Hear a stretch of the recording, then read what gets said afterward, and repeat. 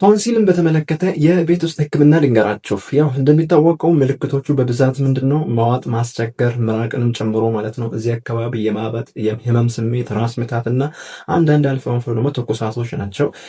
በብዛት ይሄንን ቶንሲል የሚባለውን የሚያመጣው ቫይረሶች ናቸው። ባክቴሪያዎቹ የተወሰኑ ናቸው ማለት ነው። ስለዚህ አንቲባዮቲክስ ብትጠቀሙ ብዙም ኤፊካሲው ይሄን ያክል አይደለም። ለዛ ነው ሁሉም ሰው ቶንሲል አለው። ይሄ ግላንድ ወይም ደግሞ ይሄ ሊምፍ ኖዶች ናቸው። ያው አብዛኛው ሰውነታችን ውስጥ የሚገኙ ሊምፍ ኖዶች ናቸው።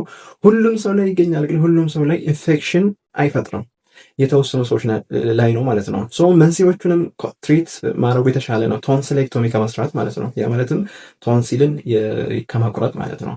ሶ ትሪትመንቱ ወይም ደግሞ ህክምናው ቤት ውስጥ ምንድን ነው የሚያስፈልጋችሁ? 4 ነገር ነው። ግማሽ ብርጭቆ ውሃ ታዘጋጃላችሁ። እዛ ውስጥ 1/4 የሻይ ማንኪያ እርድ ትጨምሩበታላችሁ። ዘን ግማሽ የቤኪንግ ፓውደር የሚባለው ግማሽ ማንኪያ የቤኪንግ ፓውደር ወይንም ደግሞ ይሄ የዳቦ መጋገሪያ የሚባለው ማለት ነው። እሱን ትጨምሩበታላችሁ። ከዛም በኋላ ግማሽ ማንኪያ ጨው ታደርጉበታላችሁ ማለት ነው። ከዛን አደባለቅ ዘን መግሞጥሞጥ ማለት ነው። ያንን ወስዳችሁ መግሞጥ በቀን 2 ጊዜ ማለት ነው። ዘን በራሱ ይተዋል ማለት ነው ይሄ ነገር። ሌላ ጥያቄ ያላችሁ መጠየቅ ትችላላችሁ።